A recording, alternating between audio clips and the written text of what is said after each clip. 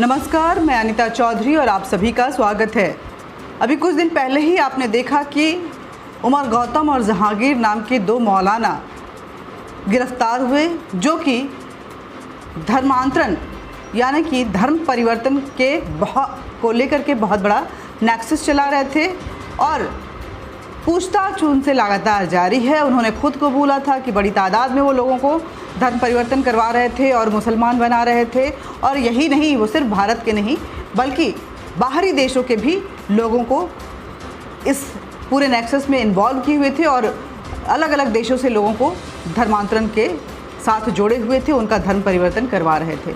ये भी सामने आ चुका है कि उनके अकाउंट्स में पाकिस्तान और सऊदी अरब और टर्की जैसे देशों से काफ़ी बड़ी तादाद में पैसे का जो है ट्रांजैक्शन चल रहा था। आईएसआई कहीं ना कहीं उनके पीछे इस पूरे प्रोपागेंडा, इस पूरे नेक्सस के पीछे उनको सहारा दे रहा था, उनकी सहायता कर रहा था, उनको बढ़ावा दे रहा था और उनके साथ खड़ा था, उनको फाइनेंशियल सपोर्ट दे रहा था। उमर गौतम ने खुद अपने एक वक्तव्य में, जो कि अलीगढ़ मुस्लिम यूनिवर्सिटी में वो जब स्पीच दे रहा था, तो कहा था कि धर्म परिवर्तन के बाद कैसे उसका लाइफस्टाइल बिल्कुल चेंज हुआ और वो पूरे देश विदेशों में भ्रमण कर रहा है और इस काम से जुड़ा हुआ है। पूछताछ में और भी कई खुलासे हो रहे हैं।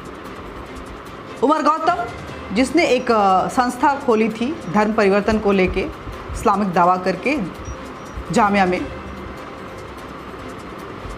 वो एक अकेली संस्था ऐसी नहीं थी जो इसके साथ जुड़ी हुई थी, बल्कि कई और संस्थाएं थी, कई और लोग थे राज्य के अलग अलग जगहों से, इस देश के अलग अलग राज्यों से, जो कि उसके साथ जुड़कर इस पूरे नेक्सस में को अंजाम दे रहे थे, बड़ी तादाद में धर्म परिवर्तन करवा रहे थे।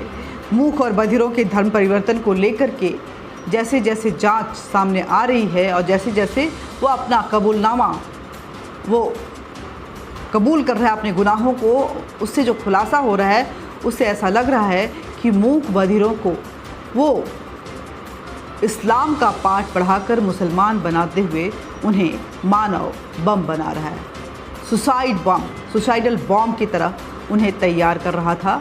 और वो भारत के खिलाफ ही नहीं बल्कि विश्व के कई देशों के खिलाफ उनको इस्तेमाल करने की साजिश रच रहा था। जो चीज़ें खुलकर सामने आई हैं उसकी अगर माने तो मूक बधिरों को मुसलमान बनाकर मानव बम बनाने की ये गहरी साजिश थी। केरल के दिलवाई ये बच्चे जो हैं धर्म परिवर्तन के बाद केरल जाते थे, केरल में उनको बाकायदा ट्रेनिंग दी जाती थी और पुलिस जैसे जैसे खुलासों को पूछताछ के बाद जो खुलासे सामने आ रहे हैं उसको बता रही है, उससे हड़कंप मचा हुआ है। ऐसा लग रहा है कि कहीं ना कहीं ये मानव तस्करी से धर्म परिवर्तन को लेकर एक मानव बम बनाने का गहरा षड्यंत्र भारत के खिलाफ रचा जा रहा था। कई बच्चे के गायब होने की खबर है जिनको इन्होंने धर्म परिवर्तन करवाया था। अब क्योंकि जांच में ये बहुत सारी बातें बोल रहे हैं, इसमें सवाल ये उठ रहा है कि क्या इन मूक बधिर बच्चों को मानव बम बनाकर कहीं और इस्तेमाल करने की जो साजिश रची जा रही थी, इसी वजह से तो ये बच्चे गायब नहीं हैं। क्या वो पूरी तरह से ट्रेनिंग ले चुके हैं और वो अब मानवता पे भारी पड़ते हुए निर्मम हत्याओं के लिए, दहशतगर्दी के लिए पूरी तरह से तैयार हो चुके हैं? ये सारे सवाल इनके कबूलनामे से खड़े हो रहे हैं। उत्तर प्रदेश एटीएस द्वारा गिरफ्तार किए गए दोनों मौलाना जब सच उगलना शुरू किए तो पुलिस भी भौचक्की रह गई। दिल्ली के जामिया नगर में से दबोचे गए मौलाना जहांगीर आलम कासमी और मोहम्मद उमर गौतम ने पूछताछ में बताया कि वो मूक बधिर बच्चों को मुस्लिम बनाकर उनका इस्तेमाल आत्मघाती दस्तों के रूप में, हमलावरों के रूप में वो करना चाहते थे और करने वाले थे और कुछ जगहों पे उन्होंने किया भी है। ऐसा उनका कबूलनामा है। सिर्फ भारत ही नहीं बल्कि मूक बधिर बच्चों को मानव बम बनाकर वो विदेशों में भी इस्तेमाल करने की फिराक में थे और ये साजिश बहुत बड़ी घटना को अंजाम देता उससे पहले ही उत्तर प्रदेश एटीएस ने इन लोगों को गिरफ्तार कर लिया। दावा सेंटर को इन्होंने कबूला है कि पाकिस्तान से और सऊदी अरब से बड़ी मात्रा में पैसे आते थे, मनी ट्रांजैक्शन हो रहा था और मनी लॉन्ड्रिंग के ज़रिए ये पूरा फंडिंग चल रहा था। इन हिंदू बच्चों को इस्लाम में धर्मांतरण करवा के ये लोग इन्हें केरल के इडुक्की ज़िले में थांगलपाड़ा ले जाया करते थे, जहां उनकी बाकायदा ट्रेनिंग होती थी। ट्रेनिंग कैंप में उन्हें चट्टानों पे चढ़ने से लेकर भीषण परिस्थितियों में ज़िंदा रहने से लेकर के आधुनिक हथियारों के इस्तेमाल तक की ट्रेनिंग दी जाती थी। ये पूरा खुलासा ये खुद उन्होंने कबूला है और उनके कबूलनामे के बाद ये सारी बातें जो हैं वो सामने आई हैं। ये उन्हें जिहादी बनाते थे और फिर इस्लाम की जो जिहादी साहित्य हैं उनको पढ़ा के, उनको बताकर, उनके मार्फत से इनका ब्रेन वॉश करते थे कि तुम क्यों आखिर इस दहशतगर्द के रास्ते को अख्तियार करो और तुम्हें क्या इससे मिलेगा, इसकी क्यों ज़रूरत है तुम्हें। ये सारी ब्रेन वॉशिंग होती थी इन मासूम बच्चों के साथ जो बोल नहीं सकते थे, जो सुन नहीं सकते, जो अपने आप को एक्सप्रेस अच्छी तरह से नहीं कर सकते, लेकिन उन्हें मरने और मारने के लिए पूरा तैयार किया जा रहा था इस मौलाना के। ये अकेला मौलाना नहीं था और ये दावा सेंटर जो था अकेला नहीं था, बल्कि कई ऐसे नामी गिरामी जो इस्लामिक सेंटर्स हैं वो इसमें इन्वॉल्व थे और कई नामी गिरामी मौलाना जो हैं वो भी इसमें इन्वॉल्व थे। मौलाना के इस गिरोह में जुड़े संदिग्ध बैंक खातों की जांच की जा रही है। तकरीबन 100 से अधिक खाते जो हैं वो उन पे निगरानी रखी जा रही है जांच एजेंसियों के द्वारा और फ़िलहाल 3 दर्जन के तो पूरे पर्दाफाश भी हो चुके हैं कि कहाँ कहाँ से इन अकाउंट्स में पैसे आए, कहाँ कहाँ पे खर्च किए गए, ये खाते किस तरह से चल रहे थे और किस तरह से इनको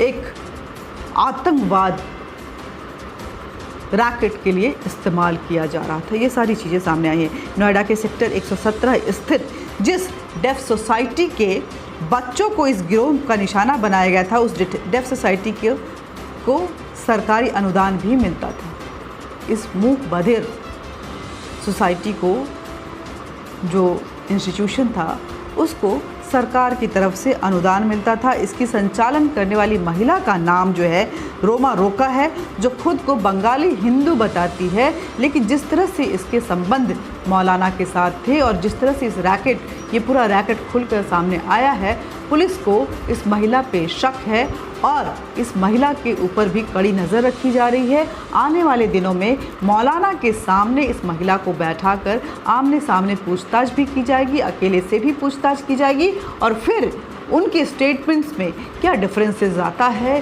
और किस तरह से स्टेटमेंट एक दूसरे को काउंटर करते हैं, इसको देखते हुए पूरी जो कार्रवाई है वो की जाएगी इसके ऊपर। लेकिन महिला संदिग्ध है क्योंकि इसी सोसाइटी से बड़ी तादाद में बच्चे जो हैं वो मुस्लिम धर्मांतरण की ओर गए थे, उनको मुसलमान बनाया गया था, इस्लाम कबूल करवाया गया था और इन्हें फिर बाद में केरल भेज दिया गया था, जिनमें से कई बच्चे जो हैं वो अभी भी गायब हैं, उनका पता ठिकाना नहीं है, वो कहाँ गए अभी तक किसी को पता नहीं चल पाया है।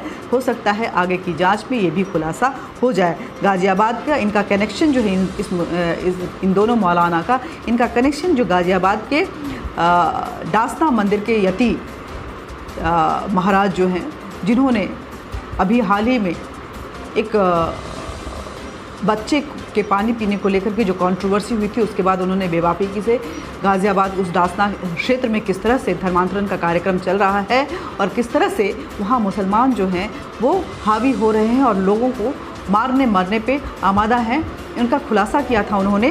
तो उनको दासना मंदिर के अंदर में घुसने, उनको जान से मारने के लिए हिंदू बनकर 2 मुस्लिम लड़के जो हैं उस वहाँ घुसे थे, जो बाद में पकड़े गए थे। उसका कनेक्शन भी इन मौलाना के साथ समझ में आ रहा है, ये बात सामने आ चुकी है और इस रैकेट से जुड़े मुंबई के एक मौलाना को भी गिरफ्तार कर लिया गया है। इस नेटवर्क की लगातार जांच चल रही है और केरल इसका गढ़ बताया जा रहा है। केरल में ये मानव बम तैयार करने की पूरी साजिशें जो है पूरी व्यवस्था थी, जिसके पीछे ये मौलाना के साथ साथ कई इस्लामिक सेंटर के साथ साथ PFI और केरल में कन्वर्जन जो अलग अलग संस्थाएं हैं उनके भी हाथ साफ नज़र आ रहे हैं। इन सभी को बाहर से पैसे आ रहे थे और इसके लिए आ रहे थे दरअसल मकसद सिर्फ एक था कि भारत को किसी भी हाल में अस्थिर करना है, मानव बम बनाकर भारत के नाम को ख़राब करना है और इनको विश्व के अलग अलग हिस्सों में इन सभी बच्चों को मानव बम दस्ता, आत्मघाती दस्ता बनाकर इनका इस्तेमाल करना है। चीज़ें और भी खुलकर आनी बाकी हैं। बहुत बड़ा रैकेट है ये, समझने और समझाने की ज़रूरत है। आपको अपने आसपास नज़र बना कर रखने की ज़रूरत है, क्योंकि मौलाना उमर गौतम जो कभी राजपूत था, उसका नाम श्याम था, आज उमर गौतम बना हुआ है। उसने खुद को बोला है कि कैसे उसके पड़ोसी ने उसके साथ रहते हुए उसका ब्रेन वॉश किया। उसको पता भी नहीं चला कि वो इस्लाम उसको कबूलवाना चाहता है। बाद में वो खुद ही तैयार हो गया कि मैं मुसलमान बनना चाहता हूँ। तो ये इस तरह की मीठा जहर जो है वो आपके आस पास रह रहे लोगों के साथ के दिमाग में बोया जा रहा है और ये घटना कहीं आपके घर तक न पहुंच जाए, आपके साथ ना हो जाए, आपके जानने वालों के साथ ना हो जाए। इसलिए चौकन्ना ज़रूर रहिए। इस तरह की चीज़ों से को लेकर के कोई भी आपको शक या शुबा होता है तो पुलिस को इत्तला ज़रूर कीजिए, लेकिन भारत के खिलाफ धर्मांतरण के बहाने, लफ्ज़-ए-जिहाद के बहाने एक बहुत बड़ा रैकेट तैयार किया जा रहा है। इससे खुद भी बचाइए और आसपास अपने समाज को भी बचाइए। नमस्कार। सब्सक्राइब करें, ज़्यादा से ज़्यादा शेयर करें, क्योंकि जागरूकता बेहद ज़रूरी है। हमें अवेयर होना है। लाइक करें और अपने सुझाव कमेंट बॉक्स में ज़रूर दें। मिलते रहेंगे। नमस्कार।